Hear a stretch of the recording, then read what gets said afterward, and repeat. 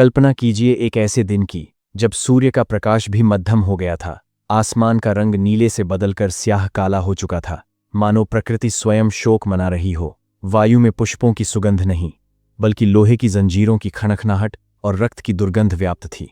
वर्ष 1716, स्थान दिल्ली का एक अत्यंत व्यस्त मार्ग। आज इस मार्ग पर कोई कोलाहल नहीं है, कोई व्यापार नहीं हो रहा है, बल्कि एक ऐसा सन्नाटा व्याप्त है जो किसी की भी आत्मा कंपा दे। मार्ग के दोनों ओर सहम कर मौन स्थित जनसमूह उस दृश्य को देख रहा है जो मानव इतिहास के सबसे क्रूर और अमानवीय दृश्यों में से एक है। भालों की नोक पर 740 कटे हुए सिर टांगे गए हैं। उन सिरों से टपकता हुआ रक्त दिल्ली की मिट्टी को लाल कर रहा है। लेकिन उस जनसमूह की दृष्टि उन कटे हुए सिरों पर नहीं है। उनकी दृष्टि उस लोहे के पिंजरे पर है जिसे एक हाथी पर लाद कर लाया जा रहा है। उस पिंजरे के भीतर एक ऐसा इंसान उपस्थित है जिसके शरीर पर अनगिनत घाव हैं, जिसे महीनों तक भूखा रखा गया है, जिसके शरीर को भारी जंजीरों से बांधा गया है। लेकिन जब आप उस इंसान की आंखों में देखते हैं तो वहां आपको भय का एक भी अंश नहीं मिलता। वहां कोई याचना नहीं है, कोई वेदना नहीं है। उसकी आंखों में एक ऐसी असीम शांति और एक ऐसी प्रज्वलित होती हुई ज्वाला है जिसे देखकर दिल्ली के तख्त पर बैठा मुगल सम्राट फर्रुखसियर भी अपने महल के भीतर कांप रहा है। वधिक लोहे की गर्म सलाखें लेकर उस पिंजरे की ओर अग्रसर होता है। वह उस इंसान के शरीर की त्वचा को उन लाल गर्म सलाखों से नोचना आरंभ करता है। एक सामान्य इंसान इस वेदना से चीख चीख कर अपने प्राण त्याग दे, लेकिन वह इंसान वह एक बार भी नहीं चीखता। उसके मुख से वेदना का एक भी स्वर नहीं निकलता। वह केवल मुस्कुराता है। यह कोई कल्पना नहीं है, यह एक सत्य है। यह महानायक का सत्य है जिसने एक समय में मुगलों के सबसे अजेय माने जाने वाले सूबे सरहिंद को समूल नष्ट कर दिया था। लेकिन यह सब कैसे हुआ? कैसे एक अत्यंत शांत सन्यासी जो वनों में एकांत जीवन व्यतीत करता था, जो ध्यान और तपस्या में लीन रहता था, वह अचानक सरहिंद के मुगल शासकों के लिए साक्षात मृत्यु का देवता बन गया? कैसे एक इंसान जिसके पास कोई शाही सेना नहीं थी, कोई राजकोष नहीं था, उसने उस मुगल साम्राज्य की नींव हिला दी जिसकी सेनाओं के समक्ष महान से महान राजा भी नतमस्तक हो जाते थे। और सबसे विशाल रहस्य यह है कि जब उसे अमानवीय यातनाएं दी गईं तो उसने एक बार भी क्यों नहीं चीखा? वह कौन सी शक्ति थी जिसने उसे मृत्यु से भी महान बना दिया? आज हम इतिहास के उसी पन्ने की धूल को साफ करेंगे। आज हम एक ऐसे रहस्य को सुलझाएंगे जो आपको यह सोचने पर विवश कर देगा कि मानव की संकल्प शक्ति के सम्मुख दुनिया का कोई भी साम्राज्य कितना क्षुद्र है। आज हम जानेंगे बाबा बंदा सिंह बहादुर की वह अनसुनी और विस्मयकारी गाथा जो किसी भी रहस्यमयी गाथा से कहीं अधिक रोमांचक है। हमेशा से हमें इतिहास की पुस्तकों में एक बहुत ही सरल और मिथ्या कारण बताया गया है। हमें एक झूठी उम्मीद दी जाती है कि मुगल साम्राज्य का पतन इसलिए हुआ क्योंकि औरंगजेब के पश्चात आने वाले सम्राट अत्यंत निर्बल थे। वे विलासिता में डूबे हुए थे और उनका प्रशासन अत्यंत शिथिल हो चुका था। हमें बताया जाता है कि अर्थव्यवस्था नष्ट हो चुकी थी और इसी कारण मुगल साम्राज्य ताश के पत्तों की भांति बिखर गया। यह एक ऐसा स्पष्टीकरण है जो हर कोई जानता है, जिसे हर विद्यालय में सिखाया जाता है। लेकिन यहाँ एक अत्यंत विशाल समस्या थी। यह सिद्धांत पूर्णतः मिथ्या है। 18वीं सदी के आरंभ में मुगल सेना अभी भी एशिया की सबसे विशाल और आधुनिक सेना थी। उनके पास लाखों की संख्या में प्रशिक्षित सैनिक थे। उनके पास अरब और फारस से लाए गए उच्च कोटि के अश्व थे। उनके पास तोपखाने थे जो किसी भी अभेद्य दुर्ग को मिट्टी में मिला सकते थे। उनका गुप्तचर तंत्र इतना उन्नत था कि किसी भी राज्य में होने वाली छोटी से छोटी हलचल की सूचना दिल्ली दरबार तक पहुंच जाती थी। मुगल राजकोष में धन की कोई कमी नहीं थी। वे अजेय थे। यदि मुगल इतने ही शक्तिशाली थे तो फिर यह कैसे संभव हुआ कि एक अकेला सन्यासी जिसके पास न तो कोई सैन्य प्रशिक्षण था, न ही कोई तोपखाना और न ही कोई राजकोष, उसने उस विशाल मुगल सेना को पराजित कर दिया? इतिहासकारों ने यह मान लिया था कि मुगलों को केवल कोई विदेशी आक्रांता ही हरा सकता है, जब तक कि उन्होंने सरहिंद के मैदानों में उस सन्यासी की रणनीति को नहीं देखा। उस सन्यासी ने मुगलों को उनके ही खेल में ऐसी मात दी जो आज भी सैन्य अकादमियों के लिए एक रहस्य है। इस रहस्य को समझने के लिए हमें समय के चक्र को किंचित पीछे ले जाना होगा। हमें चलना होगा दक्षिण भारत के एक शांत आश्रम में, जहां से इस महाकाव्य का आरंभ होता है। गोदावरी नदी के तट पर स्थित नांदेड़ का एक अत्यंत शांत वन।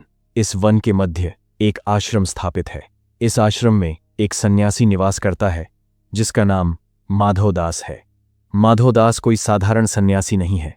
ऐसा कहा जाता है कि उसने योग और तंत्र विद्या में असीम शक्तियां प्राप्त कर ली थीं। वह तंत्र मंत्र का ज्ञाता था और अपने आश्रम में आने वाले अतिथियों को अपनी चमत्कारिक शक्तियों से चकित कर देता था। उसका जीवन शांत था। वह दुनिया के कोलाहल से पूर्णतः मुक्त था। उसे राजकाज, युद्ध और साम्राज्यों के पतन से कोई मोह नहीं था। लेकिन एक दिन उस आश्रम में एक ऐसा अतिथि आता है जिसके तेज के समक्ष माधवदास की समस्त तांत्रिक शक्तियां क्षीण हो जाती हैं। वह अतिथि कोई और नहीं बल्कि सिखों का 10वें गुरु गुरु गोबिंद सिंह जी थे। जब गुरु साहिब माधवदास के आसन पर बैठते हैं तो माधवदास अपनी शक्तियों का उपयोग करके उन्हें वहां से हटाने का प्रयास करता है, लेकिन उसका कोई भी तंत्र गुरु साहिब पर कार्य नहीं करता। माधवदास को अपनी भूल का भान होता है। वह समझ जाता है कि उसके समक्ष साक्षात परमेश्वर का रूप उपस्थित है। वह गुरु साहिब के चरणों में गिर जाता है और कहता है, मैं आपका बंदा हूं, आपका दास हूं। यहीं से माधवदास का पुनर्जन्म होता है और वह बंदा सिंह बहादुर बन जाता है। लेकिन एक सन्यासी को योद्धा बनाने के लिए एक अत्यंत तीव्र आघात की आवश्यकता होती है। गुरु गोबिंद सिंह जी उसे पंजाब के उन काले दिनों की कथा सुनाते हैं। वे उसे बताते हैं कि कैसे मुगलों ने अत्याचार की सभी सीमाएं पार कर दी हैं, और फिर वे उसे वह समाचार सुनाते हैं जिसे सुनकर किसी भी पाषाण हृदय इंसान की आंखों से भी अश्रु बह निकलें। वे बताते हैं कि कैसे सरहिंद के मुगल सूबेदार वजीर खान ने गुरु साहिब के 2 अत्यंत छोटे पुत्रों साहिबजादा जोरावर सिंह और साहिबजादा फतेह सिंह को ईंटों के मध्य जीवित ही दफन कर दिया। उन मासूम बालकों की आयु मात्र 9 और 7 वर्ष थी। उनका अपराध केवल इतना था कि उन्होंने अपना धर्म त्यागने से इनकार कर दिया था। वजीर खान ने उन बालकों को अत्यंत कष्ट देकर उनके प्राण लिए। यह कथा सुनकर बंदा सिंह का शरीर क्रोध की अग्नि से प्रज्वलित हो उठता है। उसका शांत सन्यासी मन एक हिंसक ज्वालामुखी में परिवर्तित हो जाता है।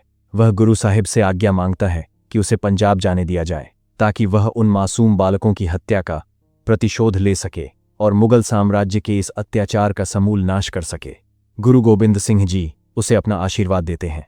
वे उसे अपने तरकश से 5 बाण देते हैं, एक नगाड़ा देते हैं और अपने नाम का एक हुक्मनामा देते हैं। बंदा सिंह बहादुर दक्षिण से पंजाब की ओर प्रस्थान करता है। लेकिन यहाँ एक अत्यंत विस्मयकारी प्रश्न उत्पन्न होता है।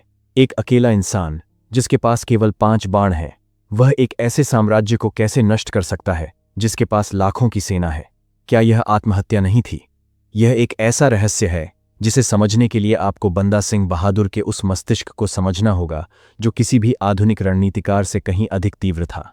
बंदा सिंह जब पंजाब पहुंचता है तो वह सीधे वजीर खान पर आक्रमण नहीं करता। वह जानता था कि सीधे आक्रमण का अर्थ है निश्चित मृत्यु।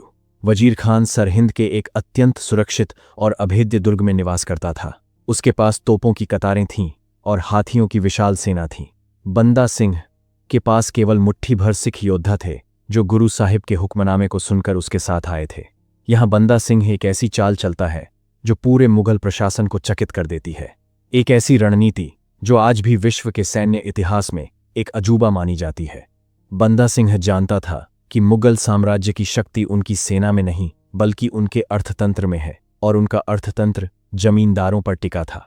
जमींदार मुगलों के वे दलाल थे जो गरीब किसानों से अत्यधिक कर वसूलते थे, उन पर अमानवीय अत्याचार करते थे और मुगलों के राजकोष को भरते थे। किसान भुखमरी का शिकार थे और जमींदारों से घृणा करते थे, लेकिन मुगलों के भय से मौन थे। बंदा सिंह ने एक अत्यंत क्रांतिकारी घोषणा की।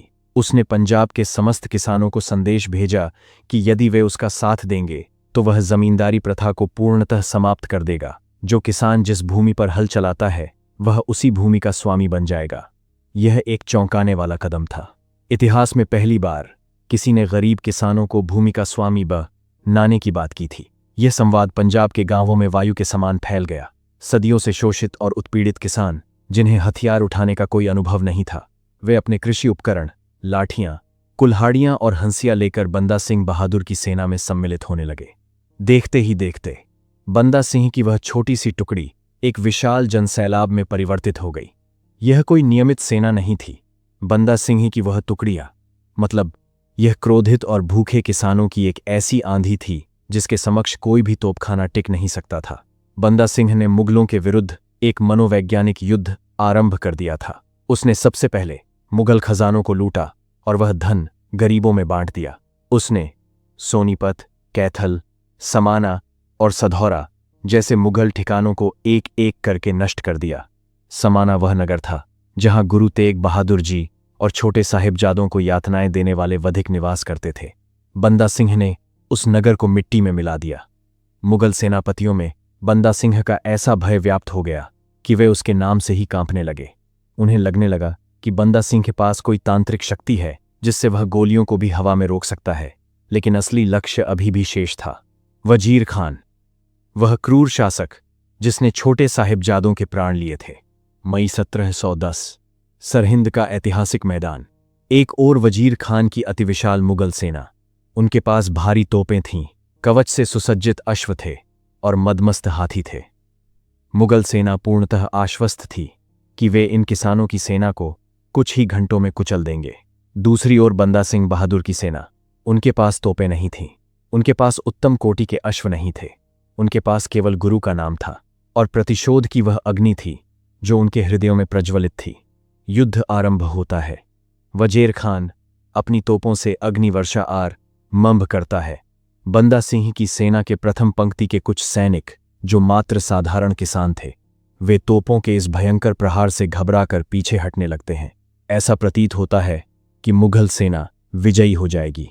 लेकिन तभी बंदा सिंह बहादुर, जो अब तक एक ऊंचे टीले से युद्ध का निरीक्षण कर रहे थे, वे स्वयं युद्ध भूमि में उतर आते हैं। वे अपने बाणों की वर्षा आरंभ करते हैं। उनका प्रत्येक बाण मुगल सेनापतियों को वेधता हुआ पार हो जाता है। अपने सेनापति को रणभूमि में देखकर सिख सैनिकों का मनोबल आकाश को छूने लगता है। वे भय त्याग कर मुगल तोपों की ओर अग्रसर होते हैं। यह कोई सामान्य युद्ध नहीं था, यह एक ऐसा भीषण संग्राम था जहां मृत्यु भी भयभीत हो जाए। सिख सैनिक हाथियों के मस्तक पर प्रहार करते हैं। मुगल सेना में हाहाकार मच जाता है। तोपें शांत हो जाती हैं और फिर वह क्षण आता है जिसकी प्रतीक्षा पूरे पंजाब को थी। वजीर खान युद्ध भूमि में सामने आता है। उसका सामना एक सिख योद्धा से होता है। एक भीषण द्वंद्व के पश्चात वजीर खान का सिर उसके शरीर से अलग कर दिया जाता है। वजीर खान की मृत्यु का समाचार मिलते ही मुगल सेना में हाहाकार मच जाता है और सेना भागने लगती है। जो मुगल सेना स्वयं को अजेय मानती थी, वह आज अपने प्राण बचाकर भाग रही थी। बंदा सिंह बहादुर ने सरहिंद पर विजय प्राप्त कर ली। उस अभेद्य दुर्ग को समूल नष्ट कर दिया गया। सरहिंद पर विजय प्राप्त करने के पश्चात बंदा सिंह ने अपना राज्य स्थापित किया। उसने गुरु नानक देव जी और गुरु गोबिंद सिंह जी के नाम के सिक्के चलाए। उसने जमींदारी प्रथा को समाप्त कर दिया और किसानों को उनकी भूमि का स्वामी बना दिया। उसने एक ऐसे राज्य की स्थापना की जहां न्याय था, समानता थी। मुगलों के लिए यह एक ऐसा आघात था जिससे वे कभी उबर नहीं पाए। लेकिन सरहिंद का पतन केवल एक आरंभ था। मुगल सम्राट क्रोधित हो गया था। उसने बंदा सिंह बहादुर को समाप्त करने के लिए अपनी पूरी शक्ति लगा दी। एक ऐसा चक्रव्यूह रचा गया जिससे बाहर आना असंभव था। सरहिंद विजय के पश्चात कई वर्ष बीत गए। दिल्ली के तख्त पर अब फर्रुखसियर विराजमान था।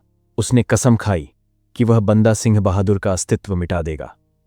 उसने अपनी सबसे उत्तम सेना के आना धारमानी, अपने सबसे क्रूर सेनापतियों को पंजाब भेजा। बंदा सिंह को चारों ओर से घेर लिया गया। एक अत्यंत विषम परिस्थिति में बंदा सिंह बहादुर और उनके कुछ हजार वफादार सिख सैनिकों को गुरदास नंगल के एक दुर्ग में आश्रय लेना हुआ। मुगल सेना ने उस दुर्ग को चारों ओर से घेर लिया। यह कोई सामान्य घेराबंदी नहीं थी। यह 8 महीनों तक चलने वाली एक ऐसी अमानवीय और क्रूर घेराबंदी थी जिसका विवरण सुनकर ही इंसान का हृदय विदीर्ण हो जाए। मुगलों ने दुर्ग में जाने वाले अन्न और जल के सभी मार्ग पूर्णतः बंद कर दिए। उनका उद्देश्य था दुर्ग सिखों को भूखा मारना। कल्पना कीजिए उस दुर्ग के भीतर की स्थिति की। अन्न का एक भी दाना शेष नहीं है, जल का एक भी बूंद नहीं है। 8 महीने मनुष्य बिना अन्न के कितने दिन जीवित रह सकता है। दुर्ग के भीतर उपस्थित सिख योद्धाओं ने वृक्षों की छाल खानी आरंभ कर दी। उन्होंने पत्तियां खाईं। जब वह भी समाप्त हो गया तो उन्होंने पशुओं की अस्थियों को पीसकर उसका चूर्ण बनाया और उसे खाकर अपने प्राणों की रक्षा की। मुगल सेनापति बाहर से निरंतर तोपों के गोले दाग रहे थे। मुगलों को लगता था कि भूख और प्यास से तड़पकर सिख शीघ्र ही आत्मसमर्पण कर देंगे और क्षमा की याचना करेंगे। लेकिन वे भूल गए थे कि वे किनसे युद्ध कर रहे हैं। वे गुरु के उन सिखों से युद्ध कर रहे थे जिन्होंने मृत्यु को तो बहुत पहले ही अपना मित्र मान लिया था। 8 महीनों तक उन भूखे प्यासे और मृत्यु के समीप स्थित योद्धाओं ने मुगल सेना को दुर्ग के भीतर प्रवेश नहीं करने दिया। उन्होंने मुगल सेना के हर प्रहार को विफल कर दिया, लेकिन अंततः जब शरीर में तनिक भी शक्ति शेष नहीं रही, जब अस्त्र उठाने की भी क्षमता नहीं बची, तब मुगल सेना दुर्ग के भीतर प्रवेश करने में सफल हुई। उन्होंने बंदा सिंह बहादुर और उनके जीवित बचे लगभग 740 सिखों को बंदी बना लिया। बंदी बनाए गए सिखों को भारी जंजीरों में बांधा गया। उन्हें अत्यंत अमानवीय यातनाएं दी गईं। मुगल सेनापति अत्यंत प्रसन्न थे। उन्हें लग रहा था कि उन्होंने अंततः उस सन्यासी को पराजित कर दिया है जिसने उनके साम्राज्य की नींव हिला दी थी। उन्हें बंदी बनाकर दिल्ली लाया जा रहा था। मुगलों को पूर्ण विश्वास था कि जब इन सिखों को मृत्यु का भय दिखाया जाएगा तो ये रोएंगे, याचना करेंगे और अपना धर्म त्याग कर इस्लाम स्वीकार कर लेंगे। फर्रुखसियर को लगता था कि वह बंदा सिंह बहादुर का मानसिक मनोबल नष्ट कर देगा और पूरे विश्व को दिखाएगा कि मुगल सम्राट से विद्रोह करने का क्या परिणाम होता है। लेकिन दिल्ली पहुंचने के पश्चात जो हुआ वह एक ऐसा रहस्यमयी सत्य था, एक ऐसा मनोवैज्ञानिक रहस्य था जिसने आधुनिक मनोविज्ञान और विज्ञान के समस्त नियमों को पलट कर रख दिया। मुगलों ने समझा था कि उन्होंने सिखों को जीत लिया है, हालांकि लेकिन सत्य तो यह था कि सिखों ने मुगलों की आत्मा को ही कुचल दिया था। दिल्ली का मार्ग 740 सिख बंदियों को जुलूस के रूप में लाया जा रहा था। उनके चारों ओर भालों पर उनके मृत साथियों के सिर टांगे गए थे। मुगल सैनिक उनका उपहास कर रहे थे। दिल्ली की जनता इस दृश्य को देखने के लिए एकत्र हो गई थी। एकत्र बीकू फर्रुखसियर का आदेश था कि प्रतिदिन 100 सिखों की हत्या की जाए। वह चाहता था कि बंदा सिंह बहादुर अपने साथियों को मरता हुआ देखे और भय से कांप उठे। प्रतिदिन 100 सिखों को वध स्थल पर लाया जाता। उगल काजी उनसे कहता कि यदि वे इस्लाम स्वीकार कर लें तो उनके प्राण बख्श दिए जाएंगे। लेकिन यहाँ एक ऐसा चमत्कार हुआ जिसे देखकर मुगल वधिक भी भयभीत हो गए। एक भी सिख ने, जी हां, एक भी सिख ने जीवन की याचना नहीं की। वे मृत्यु को एक उत्सव की भांति स्वीकार कर रहे थे। वे वधिकों से कहते कि पहले मेरे प्राण लो। वे ईश्वर का नाम जपते हुए हंसते हंसते मृत्यु को गले लगा रहे थे। फर्रुखसियर यह समाचार सुनकर विचलित हो गया। उसे समझ नहीं आ रहा था कि ये किस प्रकार के मनुष्य हैं जिन्हें मृत्यु का तनिक भी भय नहीं है। उसका मानसिक युद्ध विफल हो रहा था। अंततः वह दिन आ गया जब बंदा सिंह बहादुर की बारी आई। 9 जून 1716 बंदा सिंह बहादुर को कुतुब मीनार के समीप स्थित ख्वाजा कुतुबुद्दीन बख्तियार काकी की दरगाह पर लाया गया। फर्रुखसियर ने बंदा सिंह का मनोबल नष्ट करने के लिए अपनी अंतिम और सबसे क्रूर चाल चली। बंदा सिंह बहादुर की गोद में उनके 4 वर्षीय पुत्र अजय सिंह को बैठा दिया गया। मुगल काजी ने बंदा सिंह के हाथ में एक कटार दी और आदेश दिया कि वह स्वयं अपने पुत्र का वध करे। कल्पना कीजिए इस अमानवीय और विस्मयकारी दृश्य की। एक पिता को अपने ही 4 वर्षीय मासूम पुत्र की हत्या करने का आदेश दिया जा रहा है। क्या मानव इतिहास में इससे अधिक क्रूर कोई दृश्य हो सकता है? बंदा सिंह बहादुर ने कटार फेंक दी। उन्होंने ऐसा करने से पूर्णतः इनकार कर दिया। उनका मुखमंडल पूर्णतः शांत था। तब उस मुगल वधिक ने वह किया जिसकी कल्पना मात्र से आत्मा कांप उठती है। उसने उस 4 वर्षीय बालक के शरीर को बंदा सिंह बहादुर के समक्ष चीर दिया। उसने उस मासूम बालक का स्पंदित होता हुआ हृदय बाहर निकाला और उसे बंदा सिंह बहादुर के मुख में ठूंस दिया। रक्त से सना वह दृश्य, कोई भी सामान्य पिता इस दृश्य को देखकर अपना मानसिक संतुलन खो दे। वह ईख चीख कर अपने प्राण त्याग दे। वह क्षमा की याचना करने लगे। लेकिन बंदा सिंह बहादुर वे एक पाषाण की भांति अटल रहे। उनकी आंखों में अश्रु की एक भी बूंद नहीं थी। उनके मुख पर वेदना का कोई भाव नहीं था। वे पूर्णतः शांत थे। फर्रुखसियर का अहंकार चूर चूर हो रहा था। वह इस सन्यासी की शांति को सहन नहीं कर पा रहा था। उसने वधिक को आदेश दिया कि बंदा सिंह को ऐसी यातनाएं दी जाएं कि वह चीखने पर विवश हो जाए। वधिक ने लोहे की सलाखों को अग्नि में तब तक तपाया जब तक वे लाल नहीं हो गईं। उन लाल गरम सलाखों से बंदा सिंह बहादुर के शरीर की त्वचा को नोचा जाने लगा। उनके शरीर के अंगों को एक एक करके काटा गया। उनके नेत्र निकाल लिए गए। उनके हाथ और पैर काट दिए गए। यह कोई सामान्य यातना नहीं थी। यह एक ऐसा अमानवीय कृत्य था जो किसी भी जीव को व्यथा की चरम सीमा पर ले जाए। लेकिन क्या बंदा सिंह बहादुर चीखे? क्या उन्होंने वेदना का एक भी स्वर निकाला? नहीं। मुगल इतिहासकार खाफी खान, जो इस पूरे दृश्य का प्रत्यक्षदर्शी था, वह अपनी पुस्तक में लिखता है कि इस अकल्पनीय और विस्मयकारी यातना के मध्य भी उस व्यक्ति के मुख से एक आह तक नहीं निकली। वह पूर्णतः शांत था। वह मृत्यु के अंतिम क्षण तक ईश्वर के ध्यान में लीन था। यह कैसे संभव है? चिकित्सा विज्ञान कहता है कि मानव शरीर वेदना की एक सीमा से अधिक सहन नहीं कर सकता। तंत्रिका तंत्र मस्तिष्क को संकेत भेजता है और इंसान चीखने पर विवश हो जाता है।